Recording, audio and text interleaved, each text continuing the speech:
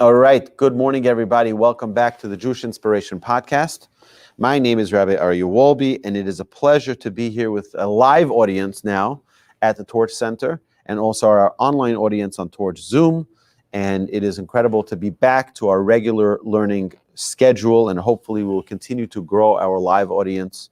We have plenty of room here to fill up all of the chairs in the Torch Center. So we're really excited about this new development of getting back to normal of post-COVID craziness. So till now, we've been talking about, in this Sunday morning project self, of getting to know ourself. We've been talking about what it takes to really identify our internal goings on. What's really going on within me? Now, today, what we're going to do is focus on a specific trait, and that's the trait of laziness. How do we attain this trait of laziness? How do we overcome this trait of laziness, which is a natural trait that we all have?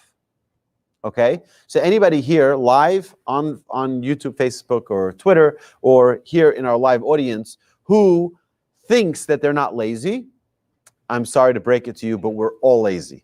Okay, we're all lazy. Every single one of us are plagued with laziness. How do we overcome this? But first, what we need to do is identify that laziness. We need to identify it and pinpoint its source. Okay, so we're going to go like this. Okay, so we mentioned previously that there are 4 different elements of personalities, right? If you go, there's actually an online an online test you can do. I think it's called 16personalities.com. And basically, it's based on these 4 things. You have the foundation of fire, which is someone who is arrogant or angry, someone who's always running after honor, someone who hates people or hates things, right? A hateful personality. Then you have ruach, which is wind. Wind is someone who talks a lot and someone who just is always trying to kiss up to people, someone who says falsehoods. Then you have mayim, which is water, which is someone who's always running after pleasures, running after women, jealousy, someone who's desirous of money, always lusting for things. And then you have yesod ha'afar, which is the lowest of them all, which is someone who's always depressed, someone who's always giving up, someone who is lazy. It's all of that, okay? But we all have all of those components. We're going to talk about that. Before I do this, I want to just share with you an amazing thing. If we're talking already about this, I want to share with you a great insight. What does it mean? We know that a person's never allowed to give up. Never allowed to give up. We're never allowed to give up. How many times, Jay, okay, in your few years, because you're a young man, right? How many times did you say, you know what, I just want to give up on this? And then the greatest success came right after that, right? How many times did that happen? All the time.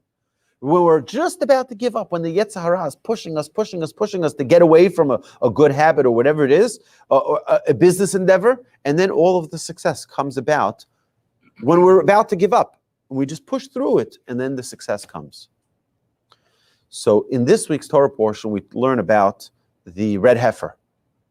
And the red heifer, there are many symbolisms about the red heifer and how we don't understand this mitzvah. It's one of those mitzvahs that was not given a reason to anyone other than to Moses. King Solomon cried about how he was lacking all wisdom because he didn't understand the laws of the red heifer. Means not understanding the laws of red heifer made him a ignoramus in his own eyes. I don't know anything. I don't have any wisdom because I don't know the reason for the red heifer. That's how important the red heifer was. But either way, what was the red heifer used for? It was used to help purify someone who came in contact with a corpse. Now, what is the level? We have many different levels of impurity, of defilement, spiritually. The highest level of defilement, the highest level of lack of holiness, or the highest level of impurity, is someone who comes into physical contact with a corpse, a dead body. You touch it, you get into the highest level of impurity. Why? Our sages tell us something very, very important. Our sages tell us that when a person is at this level of impurity, when someone comes into such contact with a body, right, that is no longer living, what is that body? What is that body? That body has no more hope. That body has given up, meaning it couldn't anymore. It has nothing left in it. That is the highest level of impurity. When someone gives up, that's the highest level of impurity. When someone can no longer push forward and they lose all hope, that is the highest level of impurity. Our sages tell us that when we're in the area of a deceased, you know what happens?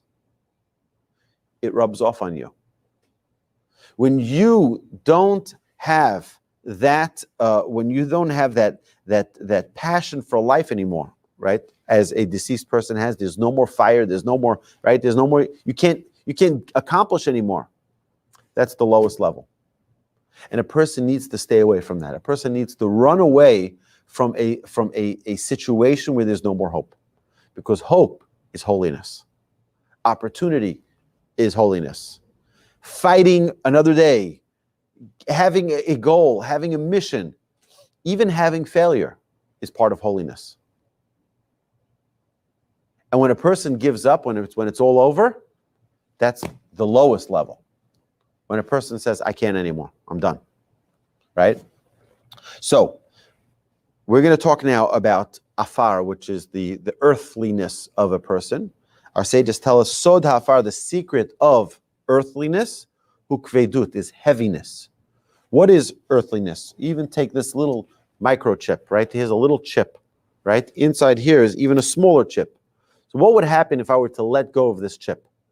What would happen? It would fall. Why? Because even something so small and insignificant has heaviness. It has weight. We have something called gravity, right? And what does gravity do? Gravity makes everything fall. Everything falls. We, human beings, have gravity as well. You know, an interesting part of our biology. Okay, when we stand up, our heart pumps faster. Why does our heart pump faster? Right? Pump the blood up. Because that's to pump the blood against gravity. Right? We're sitting, it's at one. When we're laying, it should be at the lowest level because it's the easiest for it to disperse the blood to the entire body. But when we're sitting, it has to push a little bit harder.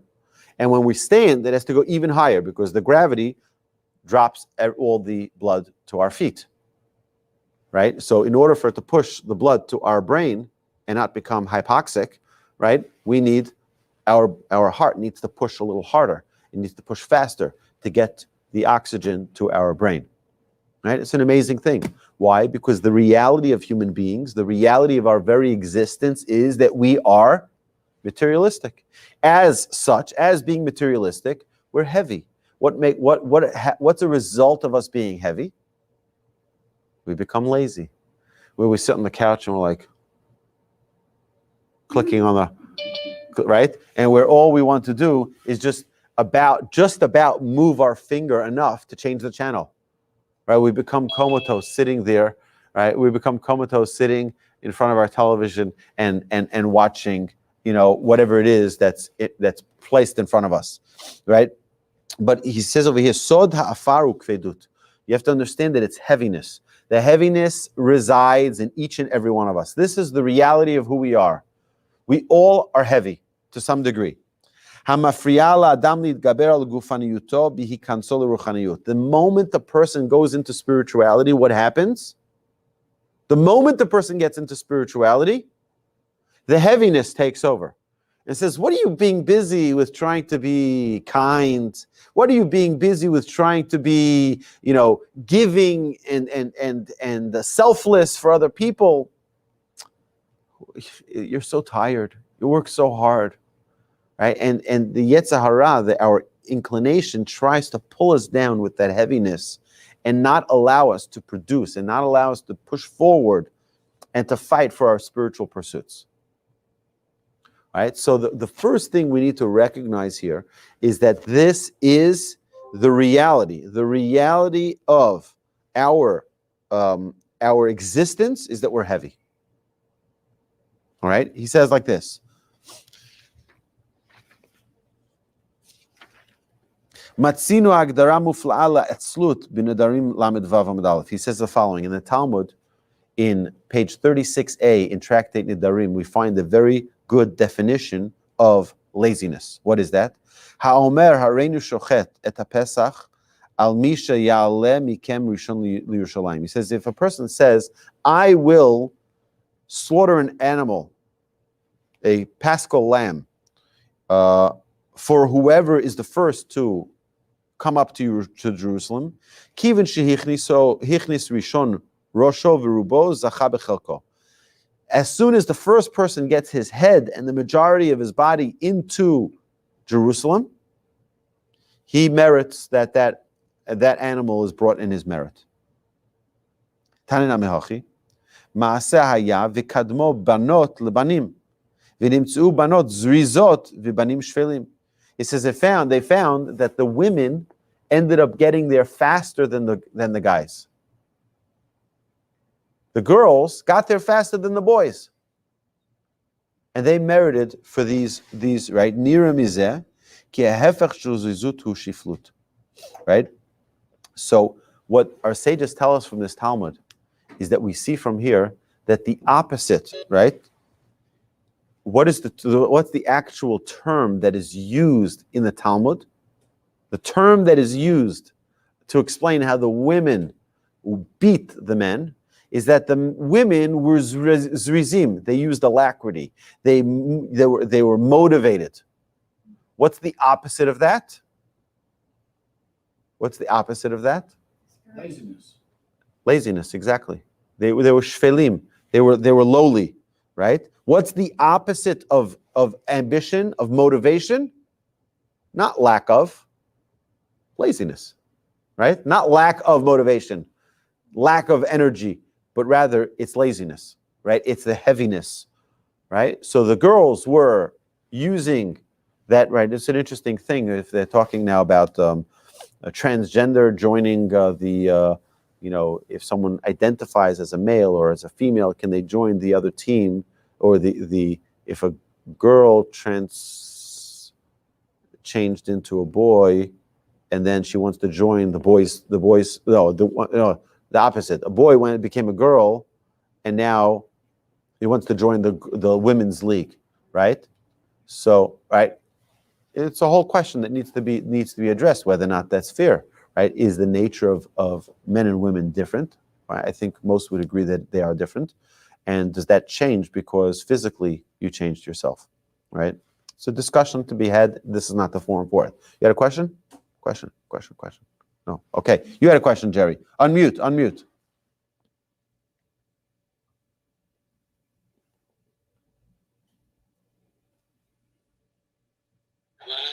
Yeah, you're unmuted. I hear you loud and clear.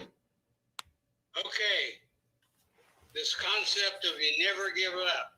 Yep. One of my secular mentors said, that's a slave. A slave can never give up.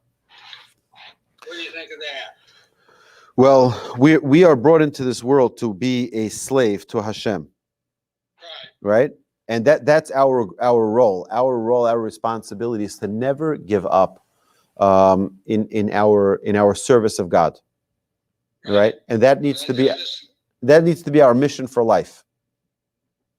Okay? But I find that interesting that they go from that perspective, that people who never give up, they're slaves. I don't know. I don't like the terminology of it, but let's agree on the general principle is that one is never allowed to give up, right? So he says like this. So now he continues. He says, Adam asher kochot gufo sholtim alav, someone who the strength of his body, of his physicality, controls him, ve'ino matzliach leishtachar mehem, and he doesn't successfully let go of it. Nimtza b'matzav shel shiflut. Afriyut hachamriut gasa al kein lo yachpotz ha'adam b'torach ha'malacha. Says the Ramchal in Mesilat Yesharim, he says, a person does not like to toil. A person does not like to work hard. Why? I'm tired. I want to sleep. I want to relax. Right? A person doesn't want to, right? Afriyut hachamriyut gasa. He says the physicality of a person is rampant. In that, he does not want to work hard. He does not want to toil. And whoever does want to merit to accomplish things, he needs to overcome his nature and overcome. Okay, so what is needed for a person to overcome that laziness? Courage. In order for a person to properly overcome laziness, they must fight the fight. It's going to be a struggle. It's not going to be an easy thing. It's not going to be just one day a person's going to say, "Oh, I'm not going to be lazy anymore." Right? No, it's going to be a toil every day to fight, to overcome. Why? Because by nature, what happens? We're heavy. We fall. We just want to sit in our chair. We just want to relax. So there are things that motivate us. A person wants to succeed in their business. So money is a motivator, right? So it's not that they're not lazy. It's that they're motivated by something that helps them get out, which is not necessarily a bad thing. A person needs to find the way to motivate themselves. One of the things that we would use in yeshiva to motivate ourselves, right, was that we would set a certain goal of, let's say, finishing a tractate. It'd be very exciting to finish a tractate of Talmud, right? It's a big accomplishment. You make a big party when you're done. It's exciting, right? So that's a motivator. So I want to get up early so I can do it faster. I want to stay up late so that I can accomplish and I can, right? But we need to learn to do is muster up the strength to find those motivators. To find those motivators to push us out of bed.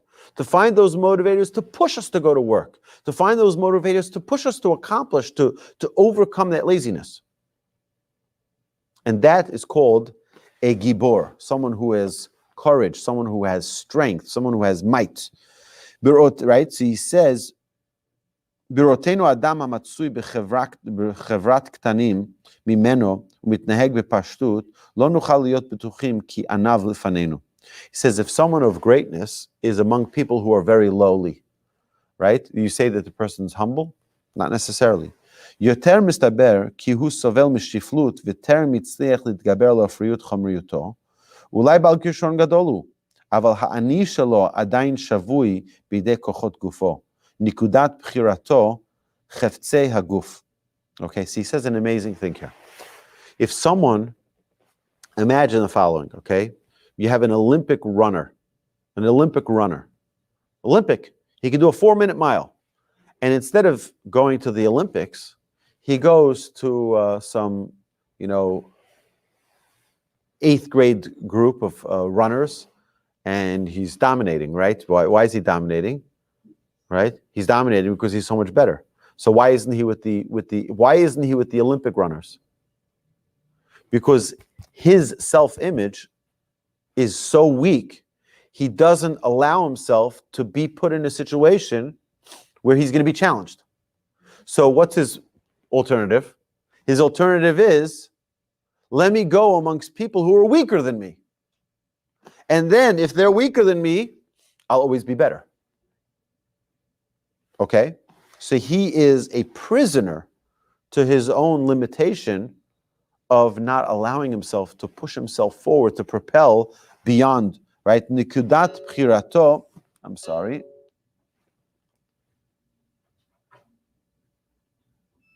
Okay. He's not allowing himself to be on a higher level. He's not allowing himself to challenge himself to a higher level. Yes? So the natural state of a human being is to have embedded heaviness. Correct. That's when we're born. That's the natural state of a human being, is to have that natural heaviness. Correct. And to overcome that, to begin with, we need, you mentioned courage. I think you mentioned spirituality too. And we need motivation. And, We need to motivate ourselves. and motivation. So given that that's the makeup of things, what is Hashem attempting to communicate to us or instill in us?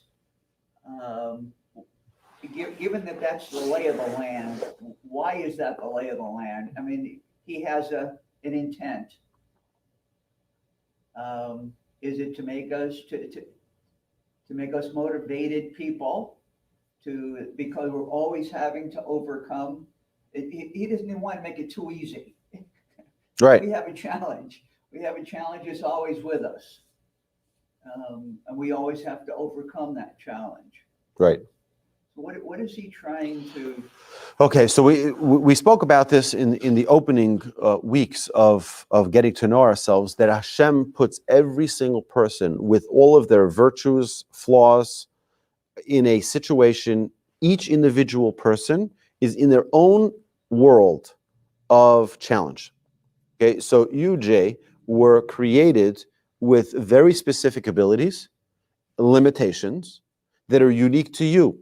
The set of parents you had, the siblings you may have had, the relatives you may have had, the school education that you've received, the influences, the exposure that you had. All of those components are pieces in your world that Hashem has created perfectly for you to bring out your greatness in this world. And that is unique to you. You're the only you there will ever be. You're the only Jay there will ever be. Right? Everybody else has their own uniqueness that's special for them. There's no one else like any one of you here that will ever be like you. And a person has to identify, and that's what we were talking about in previous weeks. I think we did it 8 weeks already, where we were talking about how to identify that uniqueness. How do I identify that? Who am I? What is the me that is special? That I'm not like anyone else? Because we aren't like anyone else. There's no one in the world like me. You have to remember that every single day. Hashem created each individual person as a uniquely capable person that can do unbelievable things. And the problem is, the biggest problem is that we're in a society, we grow up in the United States where we believe we're almost primed throughout our childhood that we just want to be like everyone else. I just want to be normal. What is normal? There is no normal. Because you're not normal, you're unique. There's no such thing as normal. You are unique. You are special. You're gifted. You're talented in a way that nobody else is. The problem is we've been told our whole lives that just be like everybody else. No, why be like everyone else when you're able to be unique and special? That's a wrong message. 100%. Like everybody else. Don't be like everybody else. Be like you. In fact, the Torah shows us time and again how Abraham, Isaac, Jacob, the tribes, Moses, Aaron, nobody was alike. They were all unique. Could have said, oh, Aaron was just like Jacob, or Moses was just like Samuel. No, everyone was unique. Everyone had their own different challenges. We like to cluster everybody together, and everyone is just like, we're all the same. We're not all the same. We're uniquely different.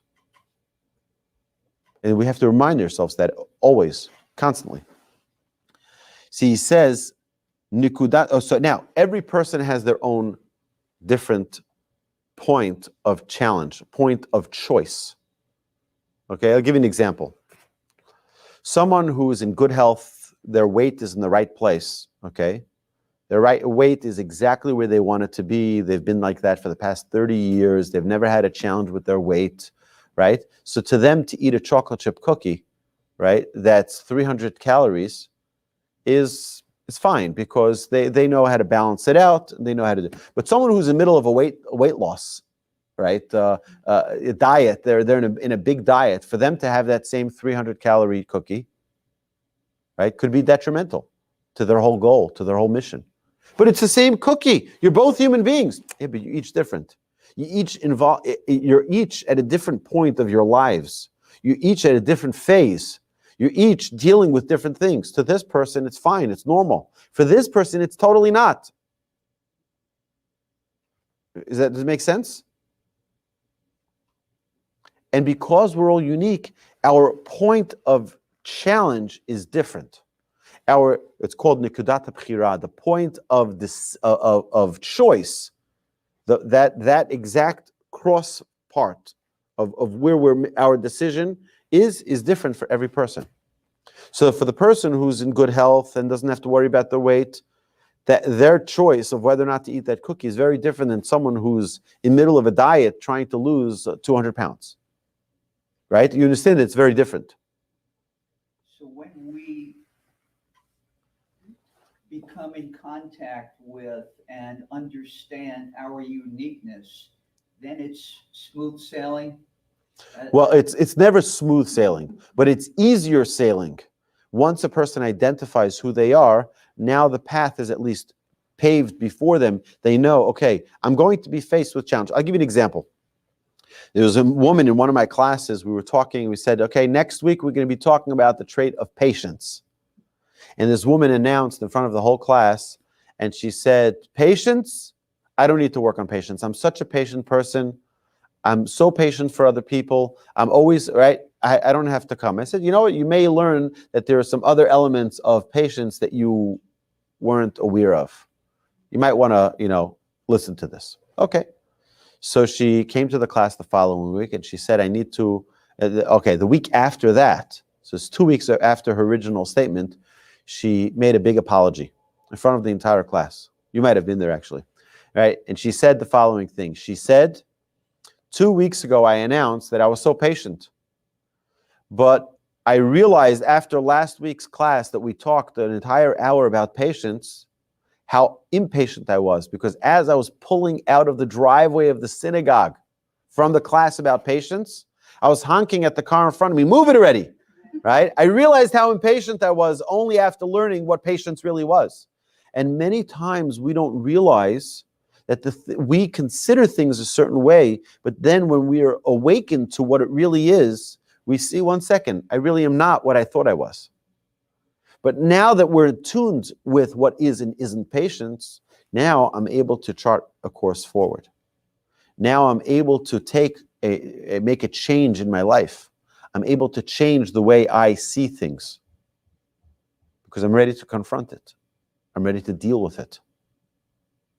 Okay, so it's a very important part of our growth is identifying what are and what are not our strengths and weaknesses.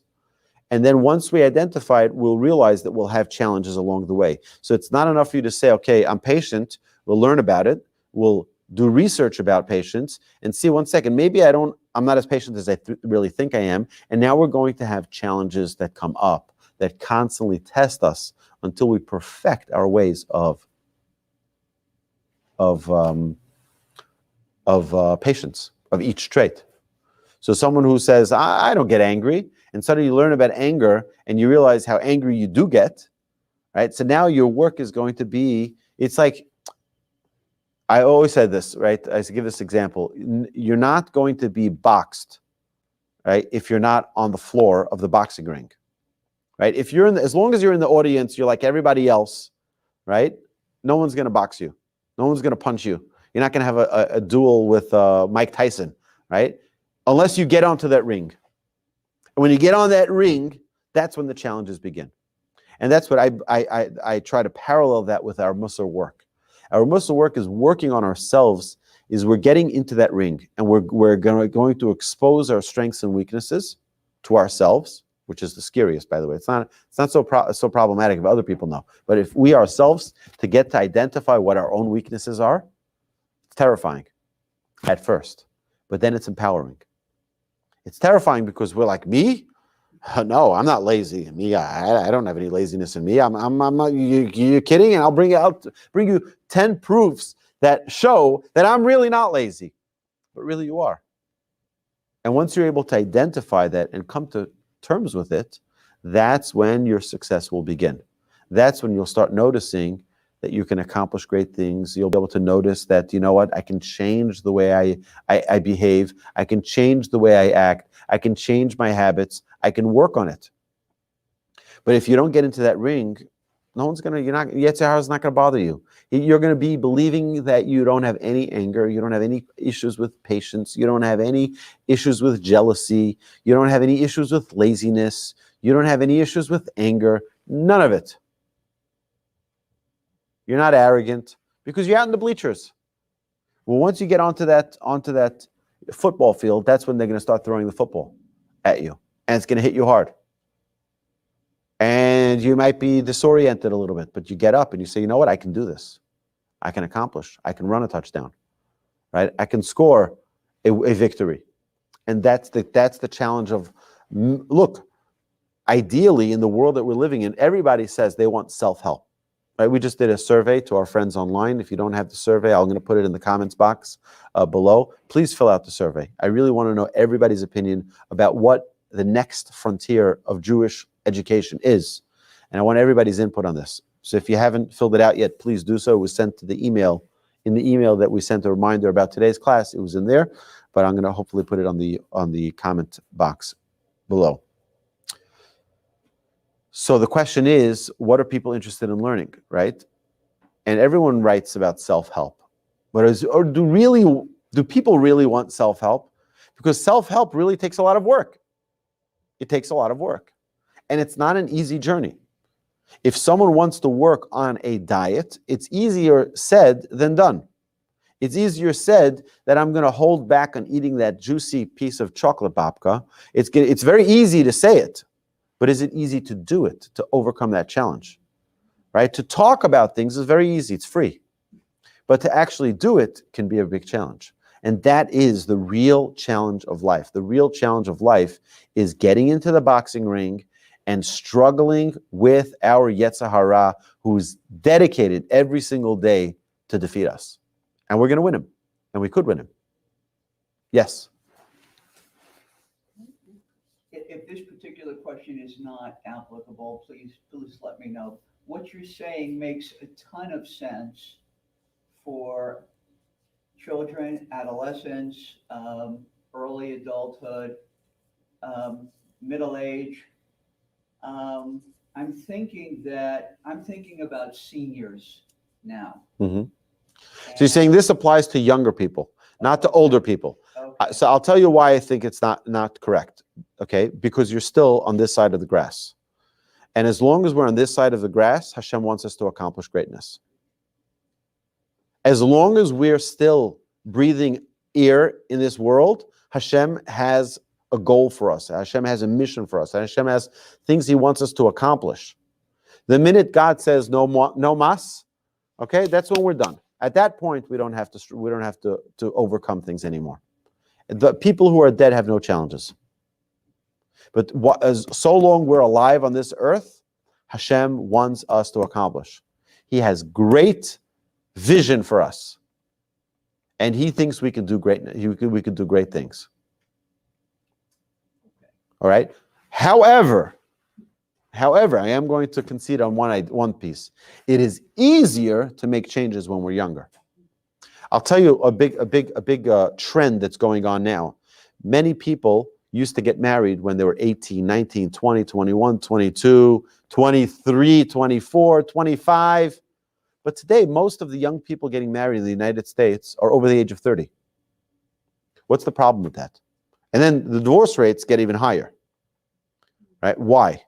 Because the more years you live independently on your own, the less likely you're going to be capable of merging that life with someone else. Because if I was single for 30 years, where I just took off my clothes, dropped them on the floor, took my towel, dropped it on the floor, and now I get married and my wife looks at me, she's like, what do you think this is? And now I say to myself, 1 second, for 30 years, nobody said a word to me about this. And now suddenly, this lady who I married to be my lover and my partner in life is telling me to pick up my clothes from the floor. So it creates a bigger conflict. So our sages, that's why, tell us that the best time to get married is when we're 18 years old, when we haven't formed those habits, where we haven't become a person entrenched in our habits, so that now we can blend our lives together with the person we choose to be our soulmate.